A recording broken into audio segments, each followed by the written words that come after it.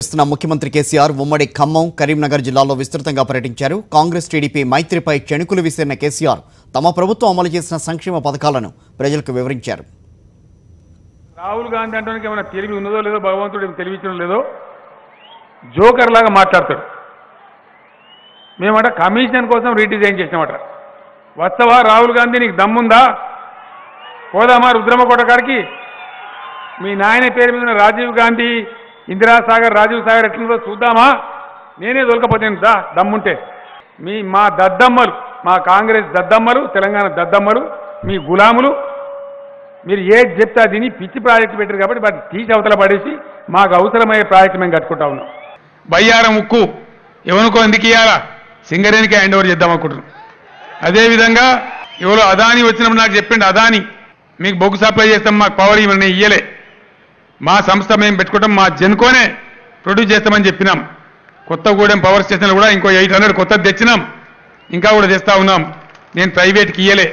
సింగరేణికి ఉన్నటువంటి మైనింగ్ నైపుణ్యం ఈ దేశంలో ఎవరికి కూడా లేదు. దాని ప్రకారం రిజర్వేషన్ చేయాలని అసెంబ్లీలో తీర్మానం చేసినాం, క్యాబినెట్లో తీర్మానం చేసినాం. ప్రైమ్ మినిస్టర్ నేను స్వయంగా పోయి 30 లీటర్లు ఇచ్చి 30 సార్లు నేను కలిసిన. ఒక రాష్ట్ర శాసనసభ తీర్మానం చేస్తే నేను చెయ్యని మాట్లాడతాను మోడీ. మన నిజామాబాద్కి వచ్చి కూడా మేము చెయ్యమంటాడు. ఎందుకు చేయవు? నీ అబ్బా జాగిరా దేశం ఏమన్నా?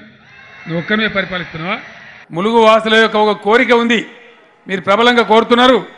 ఖచ్చితంగా ములుగు జిల్లా కావాలని 100% చేసి తీరుతా అని చెప్పి నేను కేసీఆర్గా మీకు హామీ ఇస్తా ఉన్నా. ఒక 15 రోజుల లోపల నేనే వచ్చి ఇనాగరేషన్ చేస్తా మీ జిల్లా కార్యాలయం అని చెప్పి నేను మనవి చేస్తా ఉన్నా.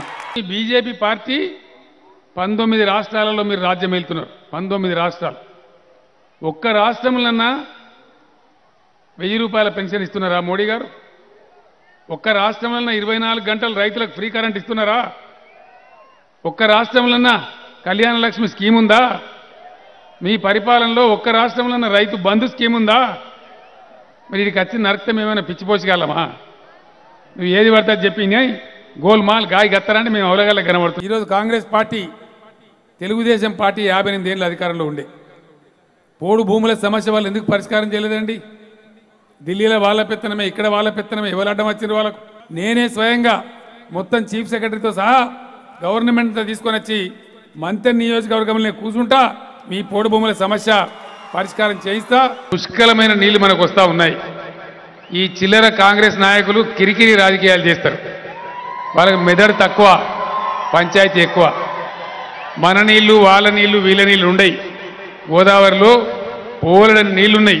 కాలువ చివరి భూములు, మొదటి భూములు అంటే సంపేస్తా అని చెప్పిన ఇంజనీర్లకు మొదటి గల్మ కాడ ఎంత పారుతుందో చివరి కాడ కూడా అంతే పారాలి.